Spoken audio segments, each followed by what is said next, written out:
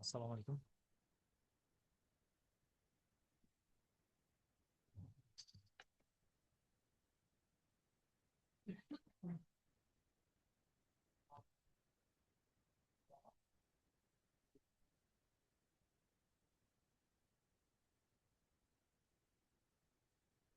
Allo, assalomu alaykum. Kamerani qo'shib olish kerak.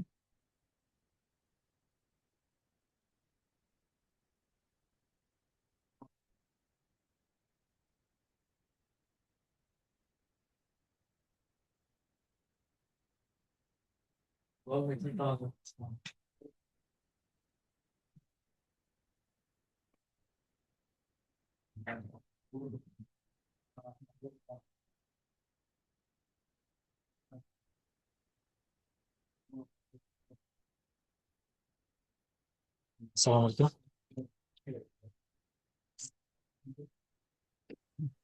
Vaalaykum assalom. Mani ovozim eshitilyaptimi? Ha, eshitilyapti. Ovozim boryapti. Ha, yaxshi.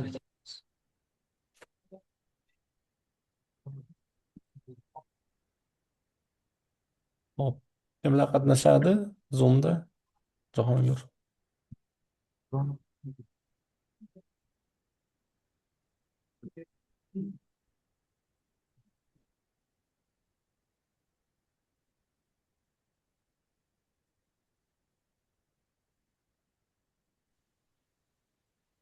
Assalomu alaykum.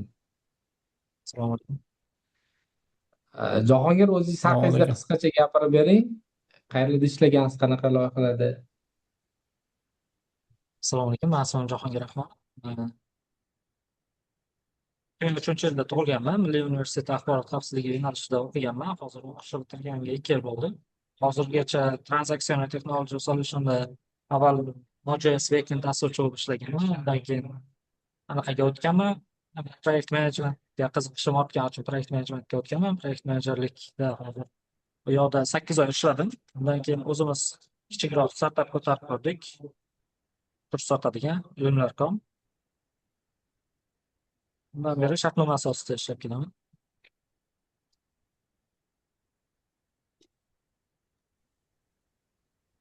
Hop, qanaqa loyiha именно IT loyihalardan nomini va siz yerda qanaqa обязательства bo'lgan sizda, ya'ni majburiyatlaringiz loyihadagi rolingiz?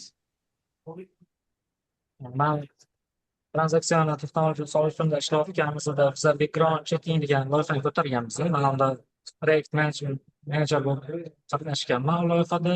Unda maqsad qanaqa edi? Loyihani maqsadi unda ishxonalarda hujjat topshirilayotganda manfaatlar to'qnashuvi, boshqa hujjatlar to'ldiriladi. Undan ko'ra faqatgina uni payda va roziligi haqida xat topshirilgandan keyin elektron hukumatdan u haqidagi ma'lumotlarni tortib olib, o'sha bilan kompaniya xodim haqida xabar topadi. Undan keyin ilmlar.com degan sayt ko'tardik. U kurs sotish uchun mo'ljallangan. Unda o'quvchi rol bor, student kiradi, bitta o'ziga yoqqan kursni sotib olib, foydalanib anaqa qiladi. O'qituvchida nima tol? O'qituvchi kursini sotib pul ishlaydi.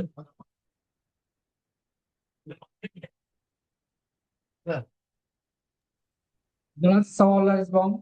Jahongirga. Agar texnik intervyuni boshlasak bo'ladi deyilsa, savol-javob qilib ko'rardim. Bo'ladi. Boshlang. Hop, Jahongir, proyekt menejmentda o'zi qaysi metodologiyalar bilan, frameworklar bilan ishlagansiz? Qaysilarini bilasiz o'zi? Menejmentda metodologiyalar bo'yicha aytib bersangiz.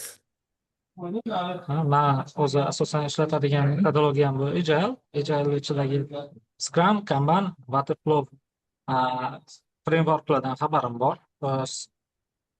Ular haqida gapiraymi? To'liqroq aytib beravering.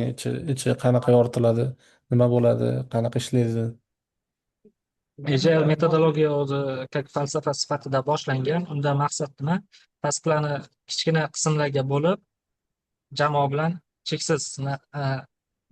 kichik natijalar orqali katta produktni yasash uchun qilingan. metodologiya. Uni ichida unga bu maqsad qo'yildi. Endi unga erishish uchun frameworklar ishlab chiqarildi. Frameworklar masalan Scrum bor.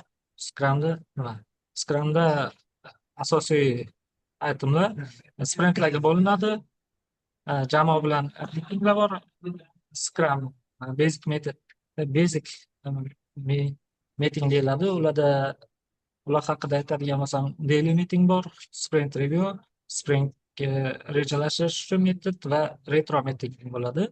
O'zi boshdagi uchtasi hammaga tushunarli bo'lsa kerak. Daily, release sprint rejalashtirish, sprint ko'rib chiqish. Uchinchisi retro meeting, bu sprint o'rtasida jamoa to'planib, biza o'zi qo'yilgan maqsadga qancha qoldik, to'g'ri ketyapmizmi, o'sha solishtirib olinadi. Kanbanda Scrum bilan farqi, unda o'rtada anaqa sprintlarga bo'linmaydi, u cheksiz oqimga asoslangan. Unda flow bo'yicha to'liq yurib chiqadi, danga o'tadi, bo'ldi. Unda mitinglar qisqartirilgan anchagina. O'sha farqi bor. Waterfall bu davlat proyektlariga, requirement katta proyektlarga qo'llaniladi. Waterfallni uncha ko'p ishlab ko'rmaganman. Uncha xabarim yo'q bundan.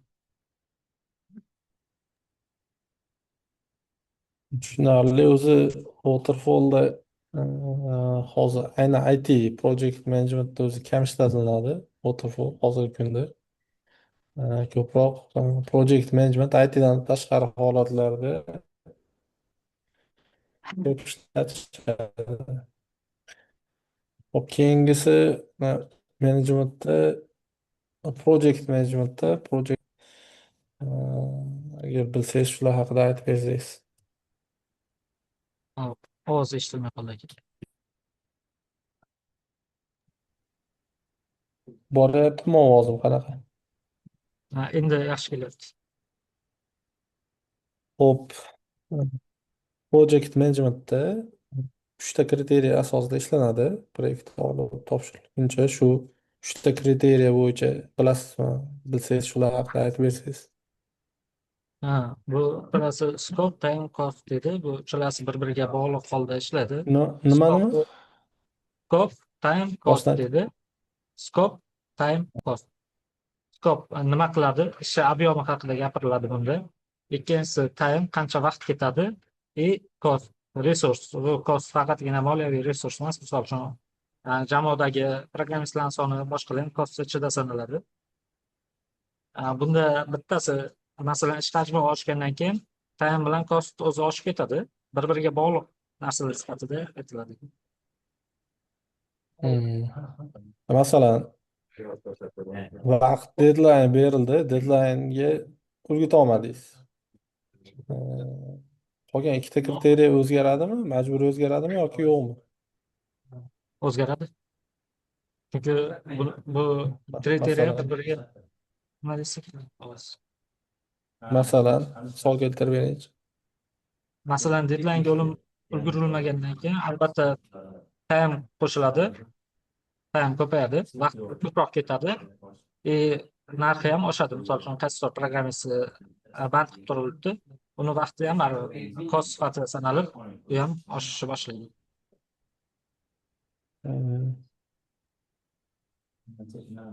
Zo'r, yaxshi. Hop, keyingi savol. Masalan, sizda backend komanda bor, proyekt menejer sifatida ishlayapsiz. UI komanda bor, deylik mobilkada, frontendda Android, iOS. Test komanda bor. Bularni ishlari qanaqa muvofiqlashtiriladi? O'zi umuman sizga bitta sprint deb olsangiz, sprintda task kelib tushishi, uni oxirigacha yetkazib topshirishgacha qanaqa etaplar bo'ladi? Kim bilan ishlaydi? Taskda flow'i qanaqa aylanadi? Shuni yoritib bersangiz. Masalan, biz bironta taskni oldik. Sprintga olganimizdan keyin o'zi parallelni boshlanishi kerak, qoidaga ko'ra. Backend analitik bergan tiziga ko'ra backend yozish boshlaydi. Frontend mock datalar bilan frontendni terishni boshlash kerak saytda. Testirovщикlar bu produkt tayyor bo'lishidan oldin test keyslarni yozib chiqadi. Avtomatlashtirilgan keyslarni yozib chiqish kerak. Produkt tayyor bo'lgandan keyin, backend tayyor bo'lgandan keyin frontend mock datalar bilan ishlayotganda real datalarga o'zgartiradi. Va keyin testировщик shu vaqtgacha test keyslarni yozib olish kerak. Test keyslar va produkt o'z dangiga o'tadi. Task dangiga o'tadi.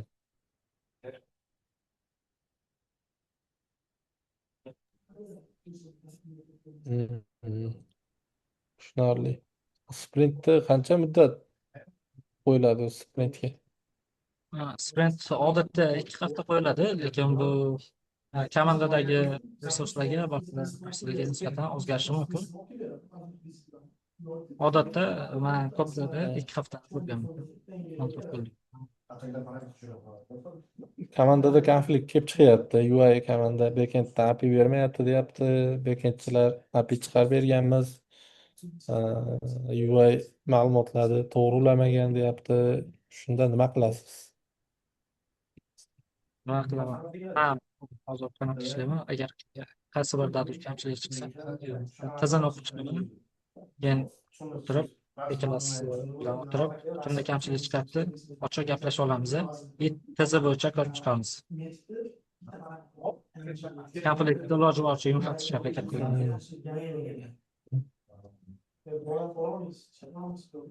Dokumentatsiya bo'yicha testlovchi testlab oladi, to'g'rimi? Shunaqa. Backend to'g'ri API chiqardimi yo'qmi? Shunaqa. Hı?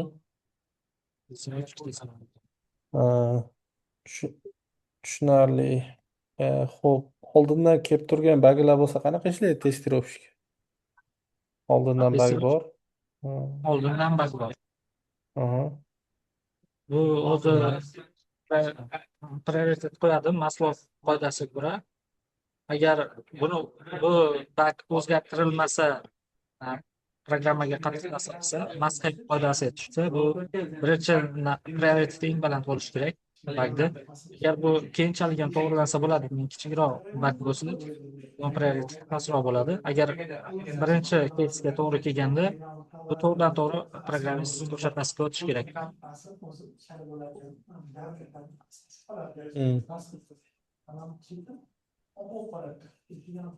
Tushunarli, zo'r. Prioritetlar berish bo'yicha aytib beringchi, hozir aytdingiz. To'liqroq prioritet berish qanaqa bo'ladi? Qanaqa prioritetlanadi? Prioritet qo'yish o'zi Agile'da Maslow qoidasi bor. Ya'ni prioritet qo'yayotganda sprint boshlanishidan oldin Maslow qoidasiga ko'ra must-have ajratiladi. Qilishimiz aniq kerak. Keyin qilganimizda yaxshiroq natijaga erisha olamiz. Oxirgisi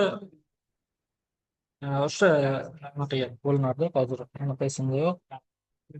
Must-have bo'lgan nimadir bo'lardi. Task management bo'yicha qaysi tool'larni ishlatishni bilasiz? Task management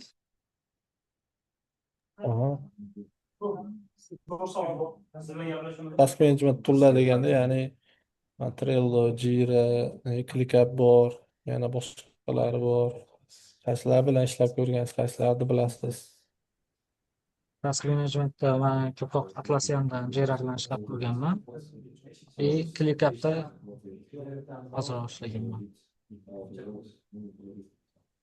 Asosan Atlassian proyektlari bilan ishlash menga qulayroq bo'lgan. Tranzaksiyalarda ishlagan bo'lsam, unda hammasi Atlassian proyektlari edi. Anaqada version controller uchun Bitbucket ishlatilardi. Bu yoqda o'zini pipeline bor edi. Management uchun Jirasi hisobdan ishladik. Hop, backlog ochildi. Backlog paytida estimation qo'yilyapti-da. Ya'ni vaqt qo'yilyapti, qanchadir soat ishlaydi deb. Taskda necha soatliligini belgilanyapti. Shu paytda deylik, dasturchi bilan maslahatlashingiz 10 soatda qilib olaman deyapti. Lekin siz prognozingiz bo'yicha masalan uchun 5 soatda qilib bo'ladi. Shunaqa paytda nima qilasiz? man dasturchiga nimaga 5 soatda qilish mumkin deb o'ylayotganimni tushuntiraman unga. Misol uchun yaqinda bo'lgan kez qanaqadir zakaz karta bo'yicha task kelyapti. Man unda ko'ryapman, o'rtada ikkita pech qo'shilyapti. Ikkita pech qo'shib, oldingi zakaz kartaniki bo'yicha davom etib ketyapti. Man o'shanda nima qildim? Просто u bilan o'tirib gaplashib oldik. Qanaqa qilib to'g'rilash mumkin? Man o'zimni taklifimni bergandan keyin ikkalamiz kelishdik. U ko'proq vaqt so'ragandi. O'rtacha ikkalamiz kelishib davom etdik. Menimcha nimaga ko'p vaqt ketayotganini undan so'rash kerak. Nimaga ko'p vaqt ketadi deb.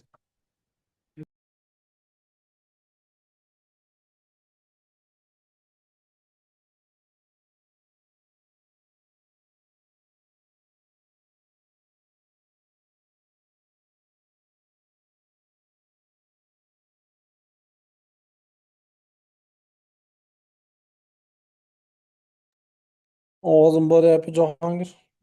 Man kelyapti. Uzilish bo'lib qoldi. Yaxshi, zo'r. Texnik tarafdan savollarga javob oldim. Yaxshi. Endi qo'shimchalar yo'q. Texnik tarafdan ko'rib chiqdim.